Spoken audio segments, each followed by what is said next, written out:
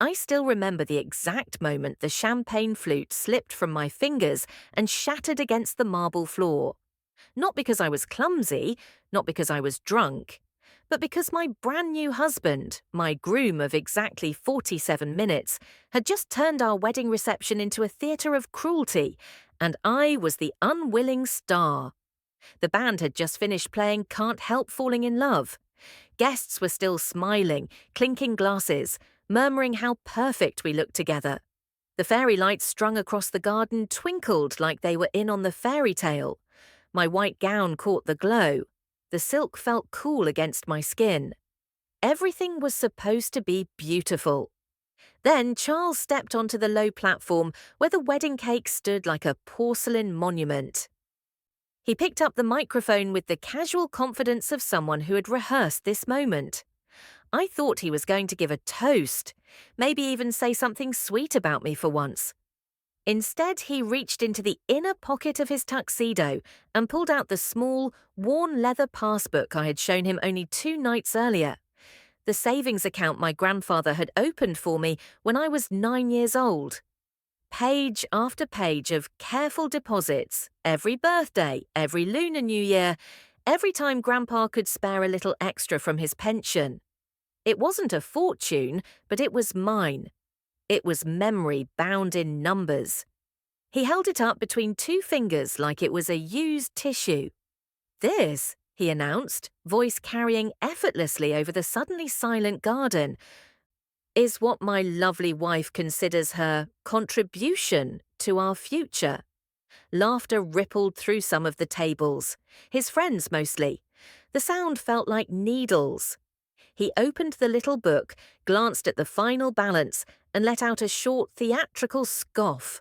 Pathetic, absolute garbage.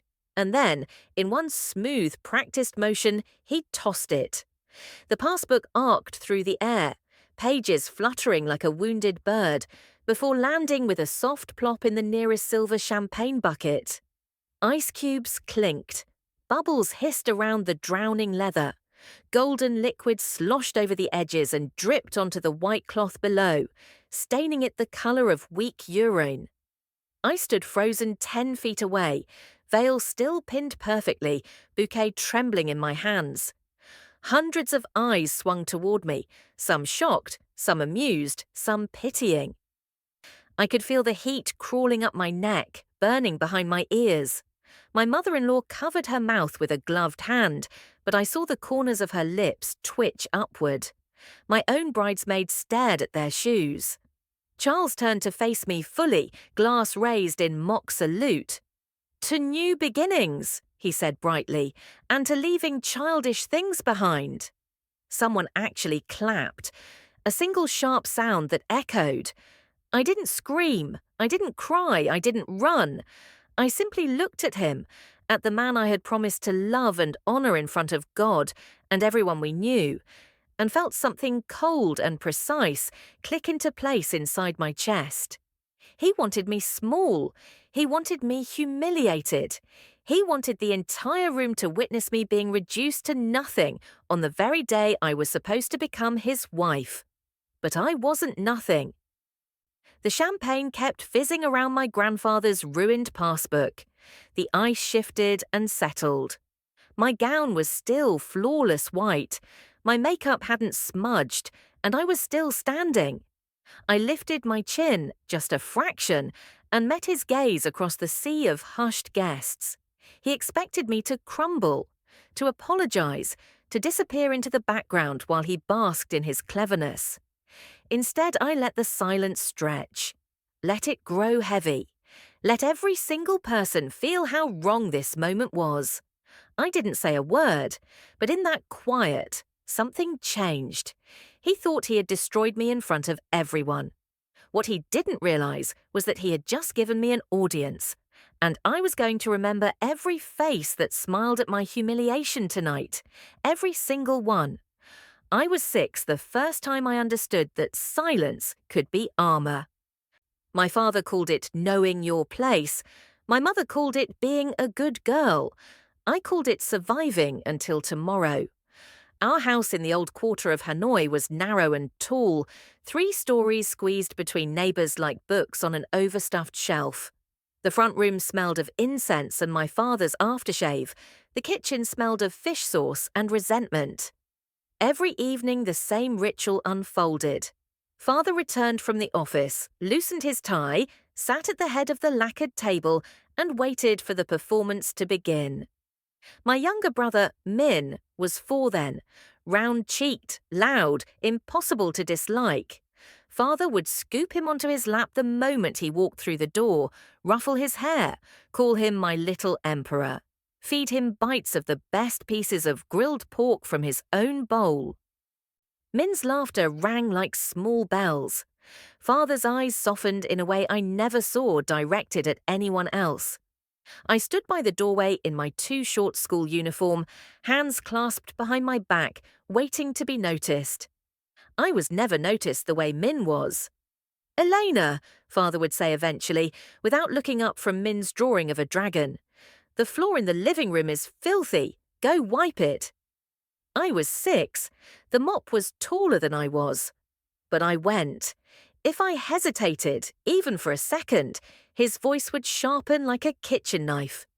"Do you want to embarrass this family? Do you want people to say I can't raise my own daughter properly?" No, I didn't want that. So I dragged the mop across the tiles until my palms blistered and the water in the bucket turned grey. When I finished, no one said, "Thank you." No one said anything at all. Min was already asleep on Father's shoulder, thumb in his mouth, safe in a world where mistakes didn't matter. The pattern repeated, year after year, carved deeper each time. When I was 9, I spilled ink on the new silk table runner Mother had bought for Tet. Father didn't shout. He never shouted at me the way he sometimes shouted at the servants. Instead, he made me kneel on the cold kitchen tiles in front of the entire household. Cook, maid, driver, even the neighbour's boy who happened to be delivering rice. He placed the stained runner in front of me like evidence in a trial. "Look at what you've done," he said quietly. "This is what happens when girls don't pay attention. This is why you will never be trusted with anything important." I stared at the black smear until my eyes burned. Tears dripped onto the silk, making the stain worse. Min sat on the kitchen counter swinging his legs, eating mango slices, watching with the mild curiosity of someone who had never been the one kneeling. "Clean it," Father ordered. "With your hands. No soap, no water, just your fingers, so you remember." I scrubbed until my fingertips were raw and black. The silk never came clean. Mother took it away later and replaced it without a word. No one ever mentioned it again. But I remembered. I always remembered. There were smaller humiliations too, countless ones. The way Father would hand Min pocket money in front of me, but tell me I didn't need any because girls should learn to do without. The way he praised Min's clumsy handwriting while tossing my perfect report card onto the table without comment. The way he would call me into the study to recite poetry or math tables, then interrupt me mid-sentence to say, "Enough, you sound like a parrot, go help your mother." I learned to make myself small. I learned to disappear into corners, into shadows, into the spaces between words. I learned that if I stayed quiet enough, still enough, the storm of his disappointment might pass over me without striking. I learned that asking for anything, love, attention, fairness, was the fastest way to lose what little I had. By the time I was 14, I could cross a room without making a sound.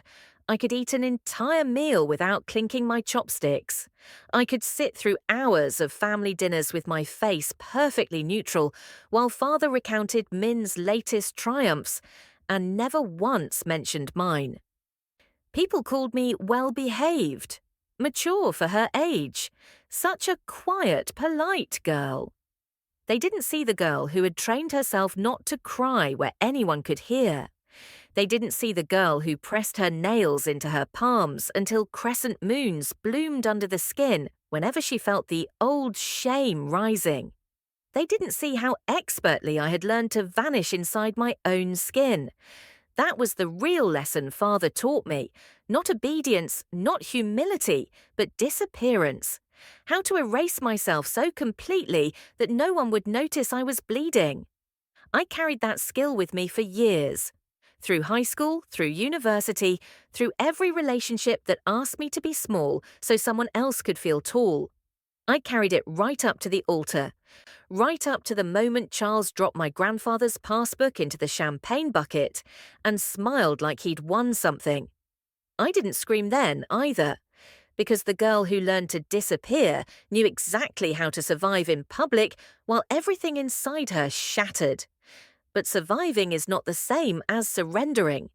Somewhere between the ages of 6 and 26, that quiet girl had also learned something else. Something Father never intended to teach. She had learned to wait. She had learned to watch. She had learned that silence isn't weakness, it's strategy. And one day, when the moment was exactly right, the girl who had spent her whole life disappearing would finally choose to appear. Not softly, not politely, but loud enough that no one would ever forget her name again. 3 weeks after the wedding that never should have been, I sat alone in a small windowless conference room on the 17th floor of Vietcombank Tower. The air smelled of new carpet and old paper. My hands were folded in my lap so tightly that my knuckles had turned the color of bone. Across the polished mahogany table sat Mr. Nguyen, a senior trust officer in his late 50s. He wore rimless glasses, and the kind of calm that comes from handling other people's secrets for decades. He had asked me to come in person. Certain matters, he said on the phone, are best discussed face to face. I had assumed it was about closing the account. After Charles publicly drowned my grandfather's passbook in champagne, I figured the symbolic death deserved a formal burial. I came prepared to sign whatever forms were necessary and walk away with nothing but the memory of humiliation. Mr. Nguyen opened a slim leather folder and slid a single sheet of paper toward me. "This is the most recent statement for account number 082444719, he said quietly. "Your grandfather opened it in your name in 1982. I glanced down. The numbers didn't make sense at first. They swam on the page like ink in water. Balance, USD 12,437,892.3. I blinked, looked again. The commas were still there. The decimal point hadn't moved. "I'm sorry," I whispered. "There must be a mistake." "No mistake, Miss Eleanor." Mr. Nguyen's voice was gentle, almost kind. "This is a Totten Trust, also known as a payable on death account.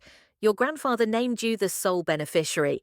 The funds were invested according to standing instructions he provided at inception."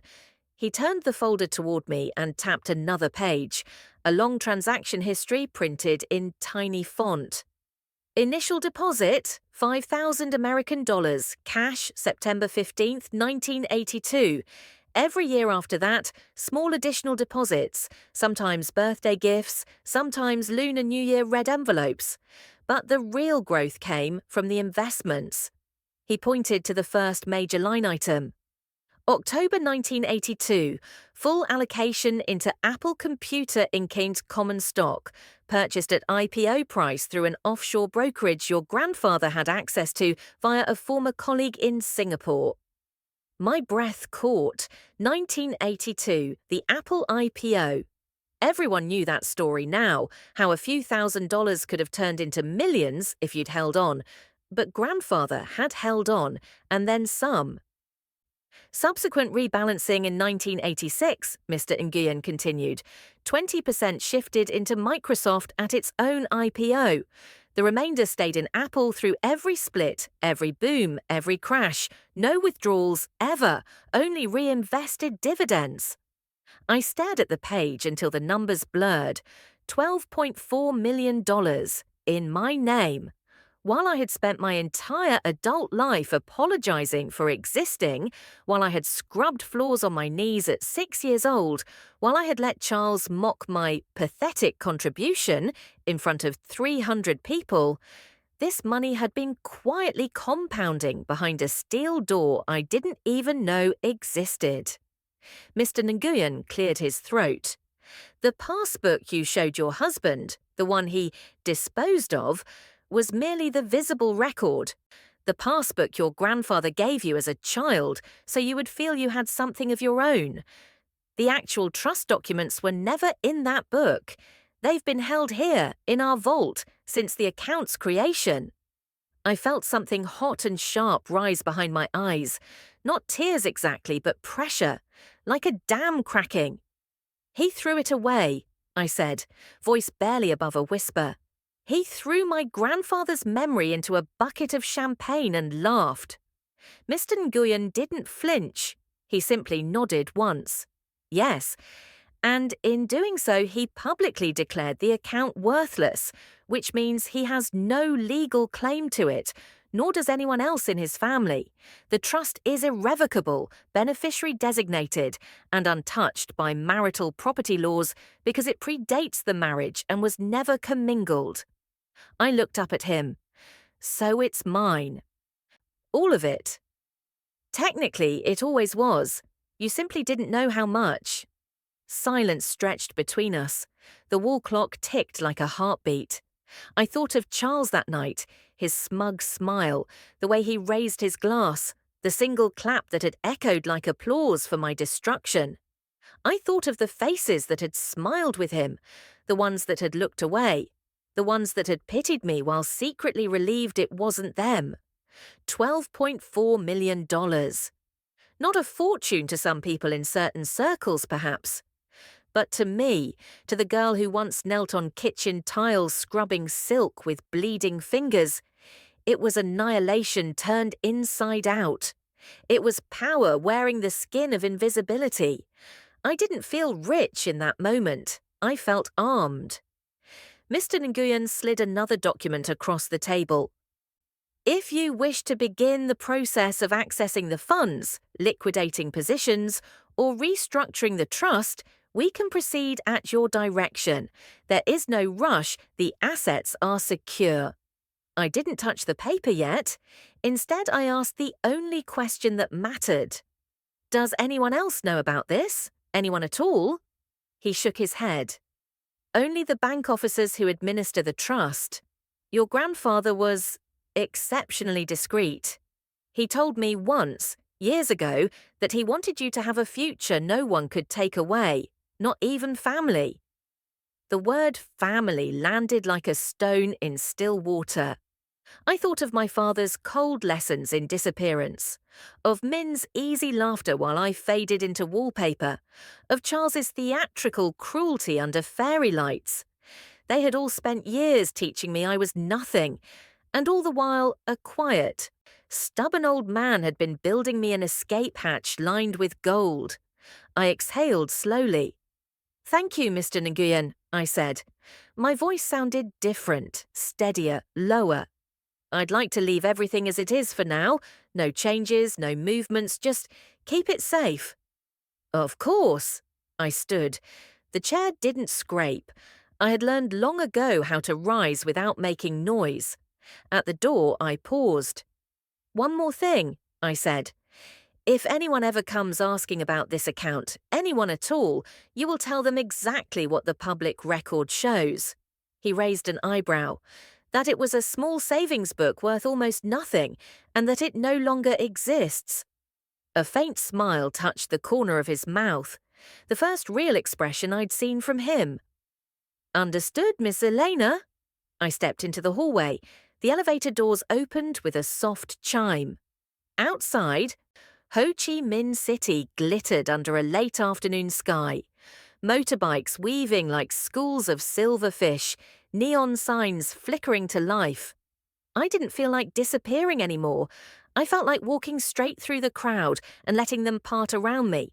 Because the girl who used to vanish had just inherited the kind of weapon most people only dream about. And weapons like this aren't meant to be waved. They're meant to be aimed. Very, very carefully. I never intended to dig. Not at first. After the vault revelation, I told myself I would wait, patiently, invisibly, the way I always had.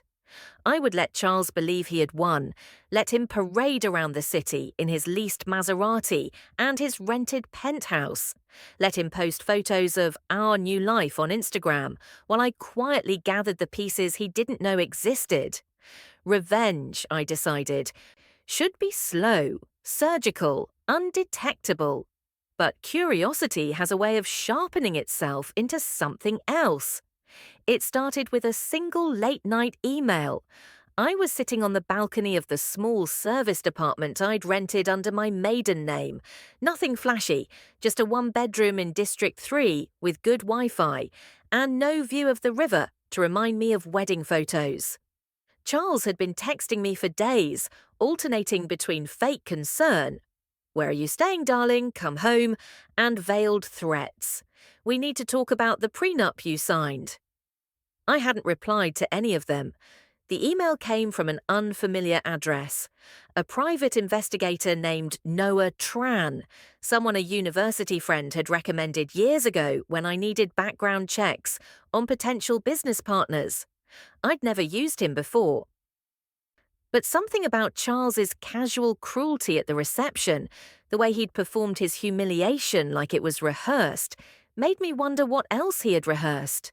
I forwarded Noah the little I knew, Charles's full name, his company's website, a sleek fintech startup called Apex Ventures, a few society page photos, the wedding guest list.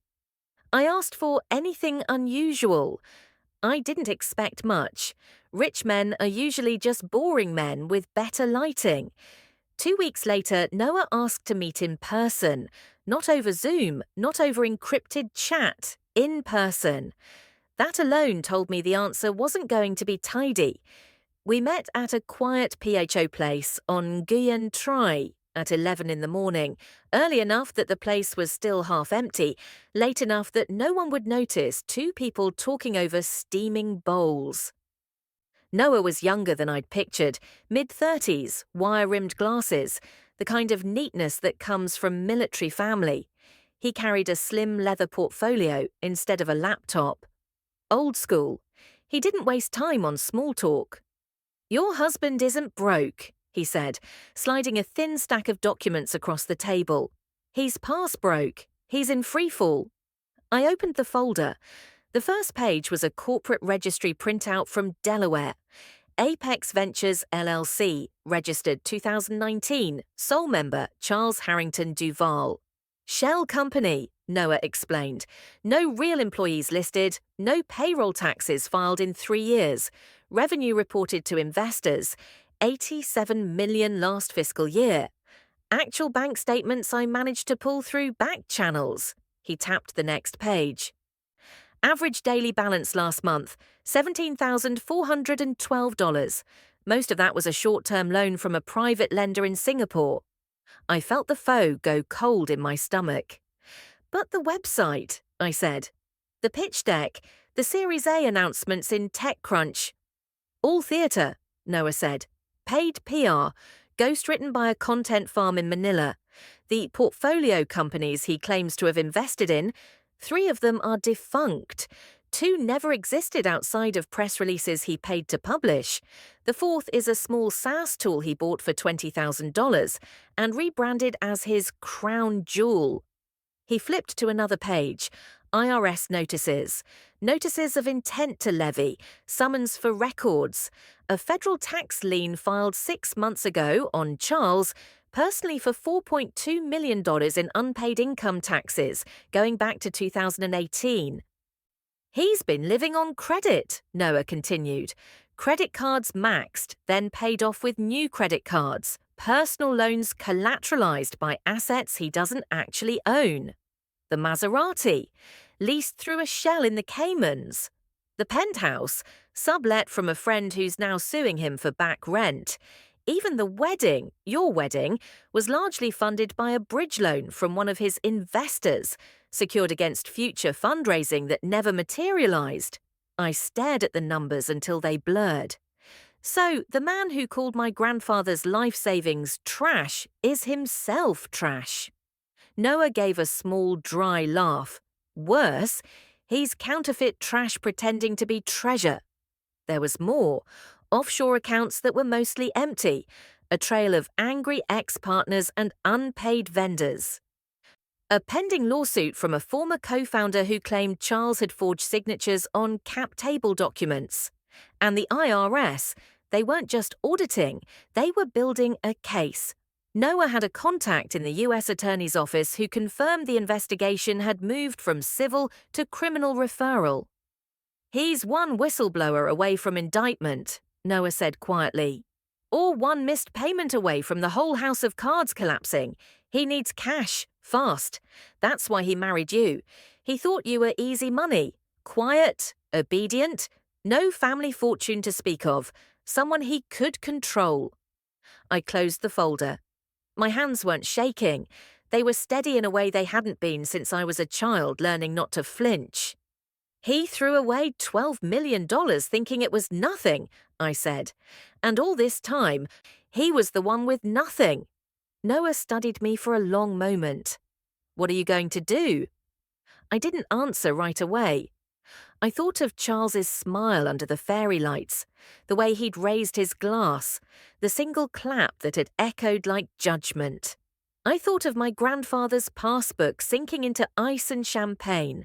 I thought of every time my father had made me kneel, every time Min had been fed the best pieces while I watched from the doorway. And I thought of the $12.4 million sitting untouched in a vault, waiting for instructions. I'm going to let him keep pretending, I said finally. For now. Noah raised an eyebrow. He thinks I'm broken, I continued. He thinks I'm hiding because I'm ashamed. Let him think that. Let him spend whatever he has left chasing investors, placating creditors, dodging subpoenas. Every day he keeps up the lie is another day he digs himself deeper. I leaned forward slightly. And when the moment comes, when the IRS knocks, when the last bridge loan defaults, when his so-called friends stop returning calls, I'll be there. Not to save him, not to forgive him. I met Noah's eyes. I'll be there to watch the empire he built on lies finally fall, and I'll do it without ever raising my voice.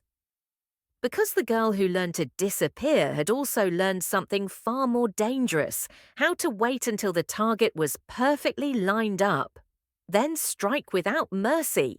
I paid for the PHO. Noah tried to argue, I insisted. As we stepped out onto the busy sidewalk, motorbikes roaring past, I felt something shift inside me. Not anger exactly, not even satisfaction yet. Clarity. The man who had humiliated me in front of the world was already ruined. He just didn't know it. But he would, soon, very soon. I decided to let him think he was winning again. Not because I was weak, not because I had forgiven him, but because the sweetest trap is the one the prey walks into with both eyes open, convinced he's the one setting it. 3 days after Noah handed me the folder that proved Charles was a house of cards wearing a 3-piece suit, I made the call I knew would change the temperature in the room forever. I dialed his number from the same small balcony in District 3. The city was loud below me, horns, vendors calling out, the low roar of 1,000 scooters. But my heartbeat was louder. I let it ring twice, then answered his eager Elena, with the smallest, most fragile voice I could summon. Charles, I need to talk to you. Silence on his end. I could almost hear the gears turning. Surprise, suspicion, then the quick bloom of greed. He had been calling and texting for weeks with no reply. Now the silent, humiliated wife was finally crawling back. Of course, darling, he said, voice suddenly velvet again. Where are you? I'll come right now. No, I said quickly, too quickly, just enough to sound frightened. Not here, not yet. I'm staying with a friend. I've been thinking about everything. Another perfect pause. I could picture him leaning back in whatever borrowed leather chair he was sitting in, smiling like a man who had already won the hand before the cards were dealt. I was wrong, I continued, letting my voice crack on the last word. The way I left after the reception, it was childish. I was embarrassed. I felt small. And you were right. I didn't bring anything real to the marriage. I see that now. The lie tasted like metal in my mouth, but I swallowed it cleanly. I've been talking to my mother, I went on. She told me something I didn't know about grandfather's estate. There was more than just the passbook you threw away. I heard the soft intake of breath on the other end. More? He repeated, trying and failing to keep the hunger out of his tone. Yes, apparently there was a trust, a proper one, not huge, not like what you have, but significant. Enough to change things, enough to help us start over, properly. I paused, letting the bait dangle. I want to fix this, Charles. I want to come home, but I need you to help me. I don't know how to handle money like this. I've never had to. You always said I was hopeless with numbers. You were right about that too. The flattery was thick enough to choke on, but I knew he would drink it like champagne. Where is the money now? He asked, too fast, too eager. Still in the bank, untouched, but the trust officer needs instructions, signatures, decisions. I can't do it alone. I'm scared I'll ruin it. I don't want to lose it like I almost lost you. I let a small, broken sob slip into the line. He was quiet for a long second, long enough for me to know he was already spending the money in his head, paying off the IRS, covering the bridge loans, buying back the respect of the people who had started to whisper. Eleanor, he said at last, voice thick with false tenderness. You don't have to be scared anymore. I'll take care of everything. Just tell me the account details. Or better, meet me tomorrow. We'll go to the bank together. We'll fix this. We'll fix us. I let the silence stretch again, just long enough to make him nervous. Okay, I whispered. Tomorrow. But promise me you won't be angry anymore. Promise me this can be a new beginning. I just want to be your wife again, the way it was supposed to be. I promise, he said immediately. I was harsh at the reception. I was frustrated. But I never stopped loving you, Eleanor. Never. The words were so smooth, I almost admired the performance. We arranged to meet at a quiet cafe near the bank at 11 the next morning. He would bring his lawyer, he said, someone discreet who could speed things along.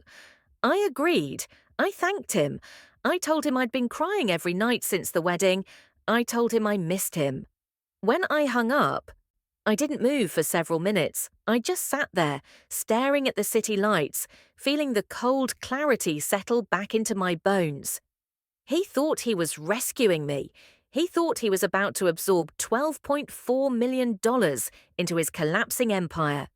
He thought the quiet, obedient girl he had married, the one who had learned to disappear, was still the same girl who would kneel on kitchen tiles and scrub silk with bleeding fingers. But that girl had died somewhere between the champagne bucket and the vault. In her place stood someone else entirely, someone who understood that the most powerful weapon isn't anger, it's patience. It's letting your enemy believe you're still bleeding while you quietly reload. Tomorrow, I would walk into that cafe wearing the same soft expression he remembered. I would lower my eyes. I would tremble just enough when I spoke. I would hand him the forged statement Mr. Nguyen had prepared for me, a statement that showed only $187,000 in the account, the real balance carefully redacted behind layers of trust documentation only the bank could unlock. I would let him think he was saving me. I would let him sign whatever he wanted to sign. I would let him taste victory for one perfect, glittering morning. And then, when the IRS finally knocked, when the last creditor called in the loan, when his carefully curated image cracked open in public, I would be standing just off stage, still quiet, still calm, still invisible. But this time, I wouldn't be the one bleeding. I would be the one holding the knife, and I would wait until the very last second before I let him see it. Because the perfect trap isn't the one that snaps shut fast. It's the one that closes so slowly the prey never hears it coming until the jaws are already through the bone. The cafe smelled of fresh croissants and expensive cologne, Charles's signature scent, the one he sprayed too generously every morning like he could cover up the rot underneath. I arrived 10 minutes early, wearing the pale lavender dress he once called sweetly forgettable.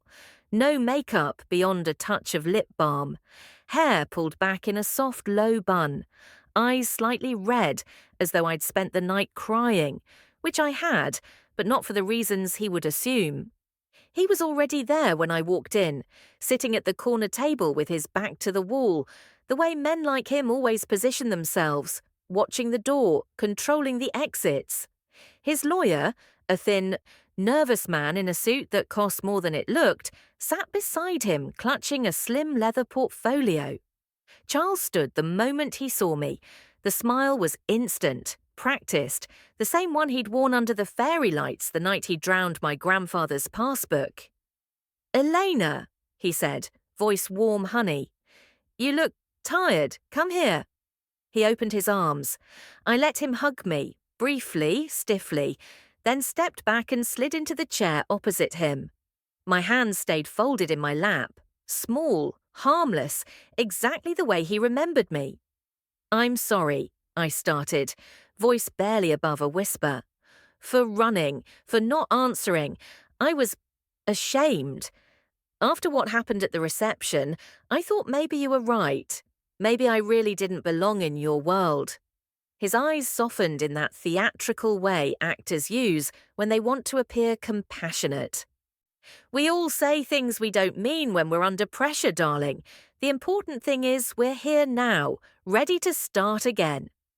The lawyer cleared his throat and opened the portfolio. "I've prepared the necessary documents, simple transfer authorization. Once signed, the funds can be moved into the joint marital account you both agreed upon in the prenuptial agreement." I nodded slowly, as though the words were too big for me to fully understand. "There's not as much as I hoped," I said, letting my voice tremble just enough. "Mother said it was around 180,000, maybe a little more with interest, but it's clean. No liens, no questions. Grandfather made sure of that." Charles's smile didn't falter, but I saw the quick calculation flicker behind his eyes.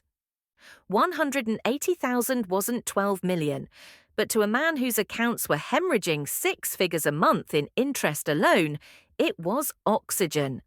Enough to make the next payment, enough to buy another month of pretending. "It's a start," he said smoothly, "more than enough to show good faith, and once it's in our joint account, we can begin rebuilding, properly, as husband and wife." The lawyer slid the first document across the table. It looked official. Vietcombank letterhead, dense paragraphs, multiple signature lines.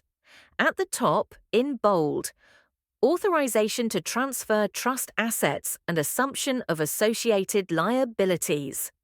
I pretended to read it, slowly, frowning, lips moving as though sounding out difficult words. I don't really understand all this," I murmured. "It says something about liabilities." "What does that mean?" The lawyer answered before Charles could. "Standard language. It simply means that any obligations tied to the trust, taxes, reporting requirements, outstanding fees, transfer with the assets. Routine for this kind of account." Charles leaned forward and placed his hand over mine. "Don't worry about the jargon, sweetheart. It's boilerplate. Sign here, here, and here. I'll handle the rest." I lifted my eyes to meet his, wide, uncertain, grateful. "You'll really take care of everything?" I asked softly. "Like you always said you would." "Always," he answered, squeezing my hand. "That's what husbands do." I exhaled a shaky breath. Then I reached for the pen. I signed in 3 places, small, neat strokes, the same careful handwriting I'd used on every school exam, every job application, every apology I'd ever written to keep the peace. When I finished, I slid the document back across the table. Charles didn't hesitate.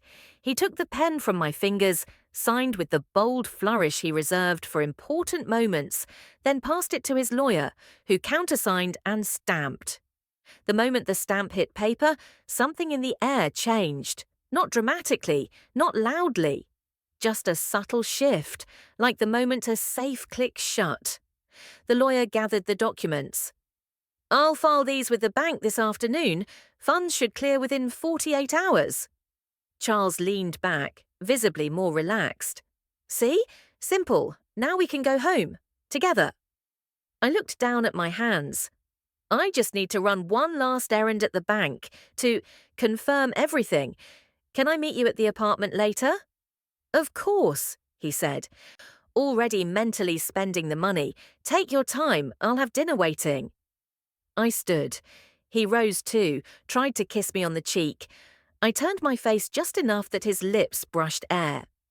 As I walked out of the cafe, I didn't look back. Mr. Nguyen was waiting for me 2 blocks away, inside the private client lounge at Vietcombank Tower. He already had the real documents, the true transfer authorization, the one that transferred nothing except responsibility, spread across the table. "Everything went as planned?" he asked. I nodded once. He opened his laptop and pulled up the scanned copies of what Charles had just signed. The document Charles believed transferred $187,000 into a joint account was, in fact, a full assumption of liability agreement for the entire Totten Trust. By signing, he had voluntarily accepted legal and financial responsibility for every dollar that had ever passed through the account, every capital gain, every reinvested dividend, every unreported transaction going back to 1982. In other words, 23 years of compounded tax liability, unreported offshore investments, and potential criminal exposure for willful blindness and tax evasion. The IRS already had the tip, anonymous, clean, routed through a law firm in Singapore that specialized in cross-border whistleblowing. The moment Charles's signature hit the paper, the chain of custody became unbreakable. He wasn't just inheriting money, he was inheriting the entire criminal exposure Charles Duval had spent 2 decades dodging. Mr. Nguyen closed the laptop gently. "The funds remain untouched," he said. "Your grandfather's trust is still yours, untouched, untainted, and now insulated from any marital claim. The moment he signed, he stepped into the crosshairs, not you." I exhaled. Long, slow, steady. For the first time in my life, the silence inside me wasn't armor, it was victory. I didn't smile, I didn't cry. I simply stood, smoothed my dress, and thanked Mr. Nguyen the way grandfather would have wanted, quietly, with dignity. Then I walked out into the bright afternoon. Charles would be waiting at the penthouse with candles and wine and plans for our future. He would wait a long time, because when the federal agents finally arrived, when they showed him the document he himself had signed, when they explained exactly what assumption of liabilities really meant in the context of millions in unreported gains, he would understand, far too late, that the quiet girl he had humiliated under fairy lights had never been weak. She had simply been waiting for him to hand her the rope, and he had tied the noose himself, with his own flourish. One signature, one perfect, glittering, fatal signature, and the empire of lies finally had its reckoning. 6 months to the day after the wedding reception that never should have happened, I stood at the edge of the grand ballroom of the Park Hyatt Saigon, half hidden behind a towering arrangement of white orchids and gold-dipped palm fronds. The gala was billed as Apex Ventures' Future of FinTech in Asia, Charles's last desperate attempt to raise one final round before the House of Cards collapsed completely. 500 of the city's most polished faces were there, venture capitalists in bespoke suits, influencers with ring lights in their purses, government officials who had been promised photo ops, and a handful of his remaining friends who still believed the myth he sold.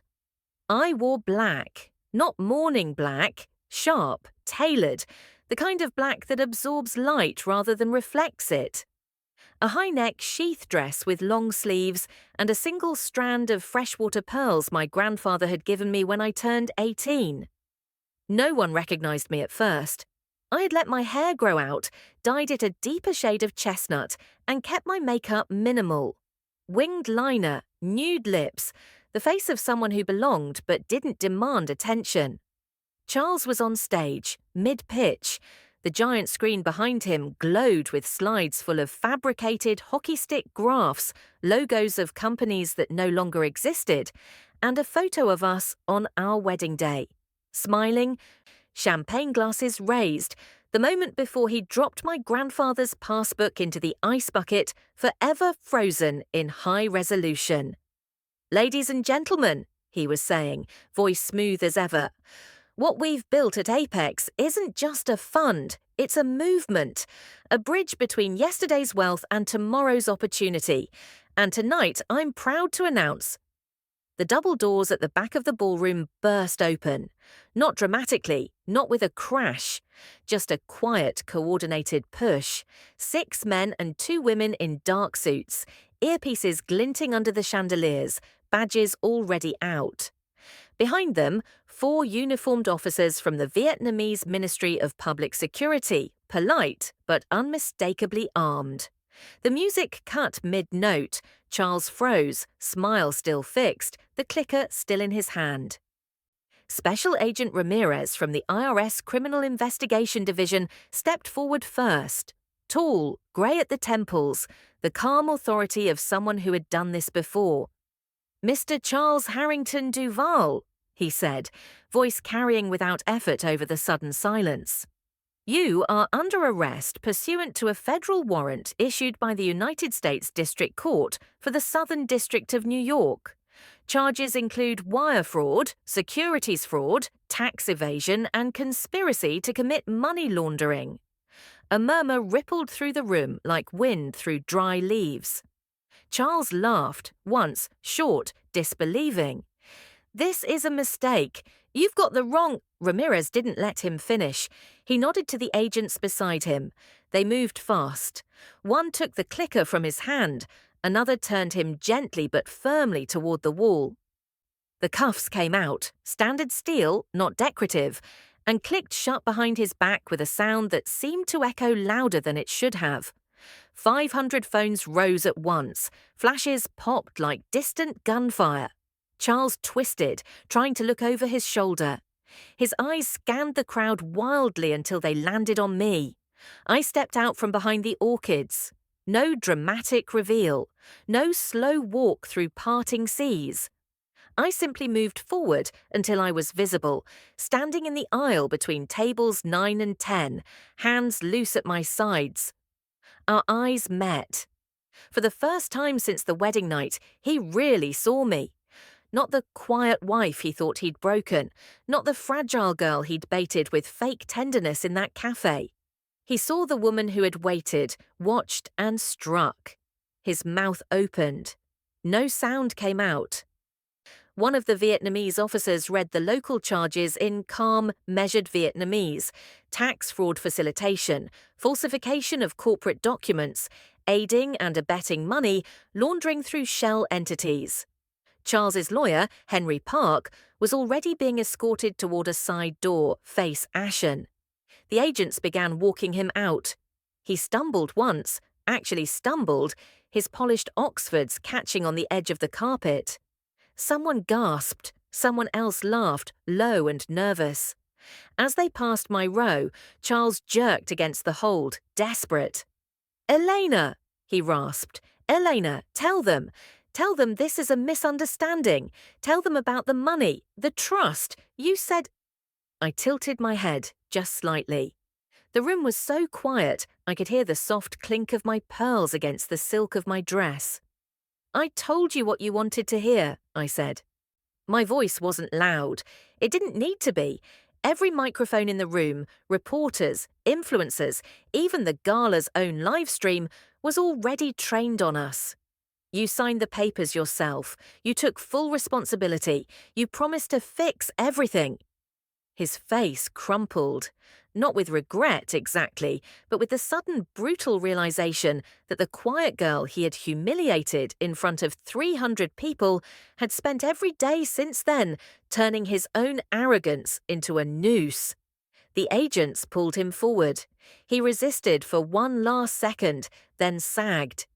They marched him through the parted crowd, past the dessert table still laden with macarons and gold-flecked chocolate, past the bar where champagne bottles sweated in silver buckets, past the exact spot where, 6 months earlier, he had raised a glass to new beginnings, while my grandfather's memory drowned in ice. The doors closed behind him. For perhaps 5 full seconds, no one moved. Then the room erupted, questions shouted, phones still recording. A woman in a red gown began to cry. Whether for Charles or for the scandal, I couldn't tell. I stayed where I was. I didn't smile. I didn't cry. I simply stood there, breathing evenly, feeling the weight of 500 pairs of eyes settle on me the way they once settled on the bride in white who had been publicly reduced to nothing. Only this time, I wasn't reduced. I was elevated. The circle had closed. The man who had thrown my past into a champagne bucket in front of everyone I knew had just been led away in handcuffs in front of everyone he knew. Karma isn't always poetic. Sometimes it's just precise. I turned, walked to the nearest exit, and stepped into the humid night air of Ho Chi Minh City. Behind me, the gala continued without its host. Ahead of me, the city stretched out, bright, chaotic, indifferent. And for the first time in my life, I didn't feel the need to disappear into it. I felt like walking straight through the middle, head high, voice steady, no longer the girl who learned to vanish, but the woman who chose when and how to be seen. The mist had settled thick over the lake that evening, turning the pines into soft grey ghosts and muffling every sound except the occasional drip from the eaves. I had chosen this villa in the Dalat Highlands precisely because it felt like the opposite of everything I had ever run from. Quiet, elevated, mine. No fairy lights, no champagne buckets. No crowds waiting to clap at someone else's cruelty. Just clean air, the scent of wet earth, and the slow certainty that I was finally building something no one could take away. 2 weeks had passed since Charles was led out of the Park Hyatt ballroom in handcuffs, his empire collapsing in real time on every phone screen in the room. The headlines had moved on, new crypto scams, new political scandals, but the echoes hadn't. Not for everyone. The knock came just after sunset. 3 sharp raps, impatient, angry. Mrs. Lan, my housekeeper, looked through the peephole and went still. "It's the brother," she whispered in Vietnamese, eyes wide. "Daniel, he's not right." Daniel Duval, Charles's shadow, the younger one who had always trailed behind like a hyena waiting for scraps. The same Daniel who had whooped loudest when Charles tossed my grandfather's passbook into the ice, who had filmed the whole thing and posted it with laughing emojis and fire symbols. In Noah's dossier, he appeared as a footnote, failed trader, perpetual debtor, living off whatever Charles tossed him from the fraudulent proceeds. Spoiled, entitled, never taught that the world doesn't owe you anything just because your last name sounds expensive. I told Mrs. Land to open the door. He shoved past her the moment the latch clicked. His suit, once expensive, now wrinkled and stained, was hanging off him like it belonged to someone else. His eyes were glassy, pupils blown wide from whatever cocktail of alcohol and panic he'd swallowed on the 6-hour drive up from Saigon. In his right hand dangled a kitchen knife, the kind you'd find in any roadside faux stall, long, serrated, still flecked with bits of onion from whatever meal he'd interrupted to come here. "You fucking bitch," he snarled, voice raw and breaking. "You destroyed him. You destroyed us." I stood in the center of the living room, back to the stone fireplace, hands open at my sides.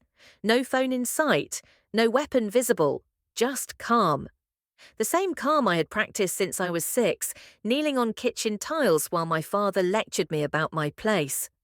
"Daniel," I said evenly, "put the knife down. Sit. We can talk." "Talk?" He laughed, a wet, ugly sound. "Charlie's in a cell because of you. They seized the cars, the accounts, the apartment, everything. Mum's on sedatives. Dad won't even say his name anymore. And you're up here playing Mountain Princess with money that should have been ours." He took 2 staggering steps forward, raising the blade. The firelight caught the edge and turned it gold for a second. "You tricked him," he hissed. "That fake transfer paper. You made him sign his own grave. I read the court filings. I know what you did. That worthless savings book was worth millions, and you let him humiliate himself thinking it was trash. Now you're going to give it back, every cent, or I swear to God I'll cut it out of you." He lunged, not clean, not practiced, just rage and desperation driving the swing straight for my chest. I moved the way I had trained myself to move when storms came, sideways, small, letting momentum carry the danger past me. The knife sliced air, then buried itself 2 inches into the wooden doorframe with a dull thunk that vibrated through the floor. Sap oozed around the blade like blood. Daniel yanked it free, cursing, face purple. "You think you're clever? You think you're better than us?" He came again, lower this time, aiming for my stomach.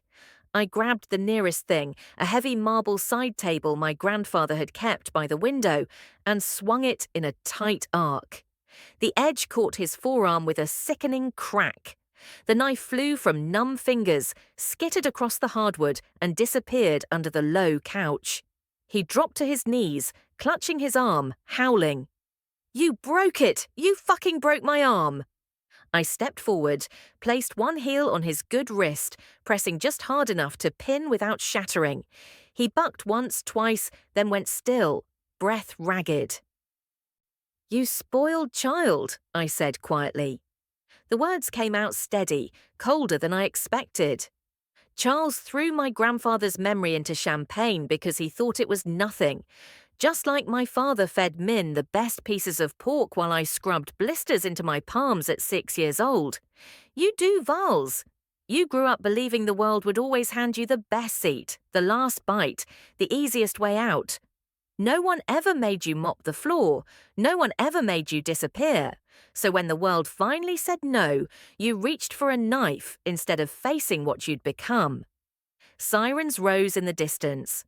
Faint at first, then closer, cutting through the mist. Noah's contact. Efficient as always.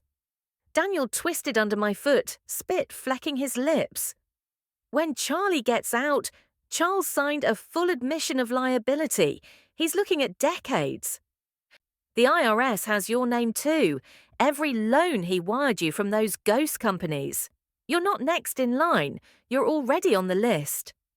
Headlights flooded the windows. Gravel crunched under tires. Mrs. Lan opened the door to 3 officers in plain clothes, and Noah behind them, expression unreadable.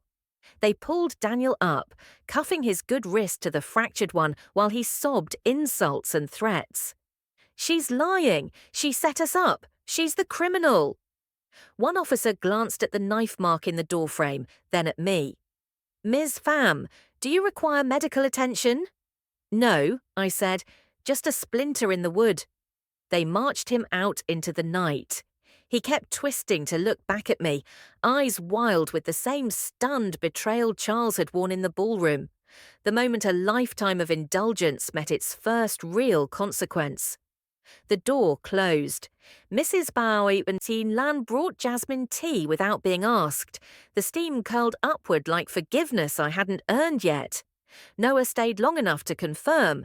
Attempted murder, aggravated assault, added to the growing Duval fraud indictment. "No loose ends," he said simply. I stood at the window after they left, watching taillights disappear into the mist. The knife hadn't been about killing me. It had been the last, clumsy tantrum of a family that had never learned to lose gracefully. Charles had built his empire on lies. Daniel had built his identity on Charles's scraps. Both had mistaken indulgence for strength, silence for surrender. They were wrong. The girl who once vanished into corners had learned something they never would: how to wait until the blade was in her hand, not to strike first, but to turn it back when it came for her. I sipped the tea. It was still hot. Outside, the pines whispered, the lake stayed calm, and for the first time since I was 6 years old, I didn't feel small. I felt finished with them, all of them.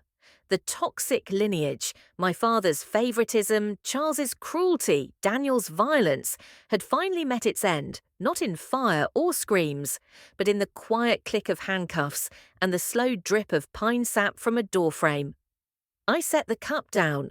Tomorrow I would walk the paths again, head high, no longer hiding, no longer waiting, just living, on my terms, in a world that finally belonged to me. I still wear scrubs to work, not designer ones, not the kind with monogrammed pockets or Italian tailoring, just plain navy cotton from the hospital supply room, faded at the elbows from too many 12-hour shifts. Smelling faintly of antiseptic and the coffee I spill on myself every third morning. My name tag still reads Eleanor Pham, RN, the same as it did 5 years ago, before the wedding, before the vault, before the handcuffs and the headlines, and the knife that almost ended everything. I could have quit the day after Charles was led out of that ballroom. I could have walked away from the IV poles, the night shifts, the families who look at me with exhausted hope when I tell them their child's fever has finally broken. I could have bought a private island, or a penthouse overlooking the Saigon River, or a fleet of cars that cost more than most people earn in a lifetime. $12.4 million, now closer to 18 after years of careful compounding, sits in the same trust, untouched except for the dividends that quietly reinvest themselves. Mr. Nguyen sends quarterly statements I barely glance at. The money grows without me watching it, like a tree someone else planted long ago. But I still clock in at 6:45 a.m. at Children's Hospital Number 1. I still kneel beside tiny beds to explain to frightened 6-year-olds why the needle won't hurt as much as they think. I still hold mothers' hands when the news is bad, and I still cry in the staff bathroom afterward, quietly, the way I learned to do everything when I was small. People ask me sometimes, colleagues, old classmates who've seen the news clips, even patients who recognize my face from the tabloids, why do you still do this? You don't have to. I give them the polite answer, I love the work. It gives me purpose. It keeps me grounded. That's true.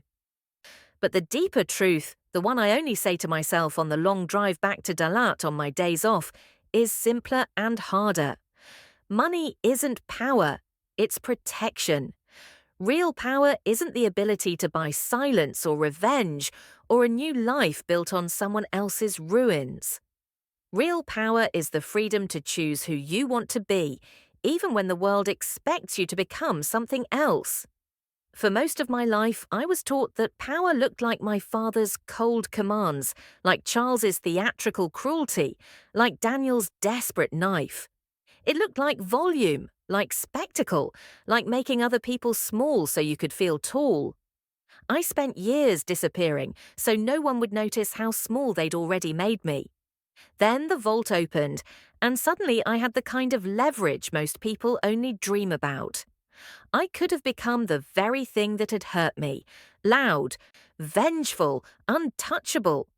I could have paraded the money like a trophy, bought influence, crushed anyone who ever looked at me sideways. I could have turned the quiet girl into a new kind of monster. I didn't, because I had already seen what that kind of power does. It hollows you out. It turns protection into paranoia, victory into isolation. Charles's empire was built on that illusion. He performed wealth until the performance ate him alive. Daniel's rage was the same. A child who never learned no, swinging a blade because no one had ever taught him how to lose with dignity. I chose something quieter. I chose to keep the scrubs, the night shifts, the small kindnesses that cost nothing and mean everything. I chose to let the money stay in the background, a safety net I never have to touch unless the sky really falls. I chose to walk through the hospital corridors, knowing that if tomorrow everything vanished again, if the trust dissolved, if the accounts froze, if the world turned cruel once more, I would still know how to start over. I would still know how to mop a floor, how to hold a hand, how to stay standing when someone tries to make me kneel. That is what protection really means. Not the absence of danger, but the certainty that you can face it without losing yourself. Some nights, when the ward is quiet and the monitors beep in soft rhythm, I think about my grandfather. I never got to tell him what his small, stubborn deposits became. I never got to show him the numbers on the statement or the life they made possible. But I like to believe he knew. I like to believe he opened that account not because he wanted me to be rich, but because he wanted me to be free. Free to choose kindness over cruelty, stillness over spectacle, service over domination. I visit his grave once a month now, just outside Hanoi. I bring jasmine tea in a thermos and sit on the grass until the sun sets. I don't talk about the money. I talk about the children I've helped, the mothers I've comforted, the nights I've stayed late because someone needed me to. And sometimes, in the quiet, I whisper the only thanks that matters. Thank you for giving me the chance to stay human. The money keeps growing in silence. I keep growing too, not taller, not louder, just steadier. Because real power isn't what you can take from the world. It's what you can give back to it, even when no one is watching, even when you could walk away forever, even when the easiest thing would be to disappear again. I don't disappear anymore. I choose to stay, in the scrubs, in the wards, in the small, ordinary moments that no one films, no one applauds, no one remembers except the people who needed them. And that finally feels like enough. More than enough. It feels like home.